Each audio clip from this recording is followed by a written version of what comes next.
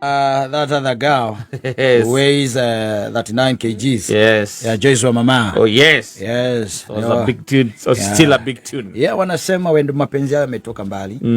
Yeah, unaona ni ile hali katika hali ya kwamba ulimkosea yule uliyekuwa unampenda. Na sasa umejiita mkutano, ukawaza ukiwazua. Yes. Kaona ya kwamba sasa ni vizuri uende umwambie pole. Yeah.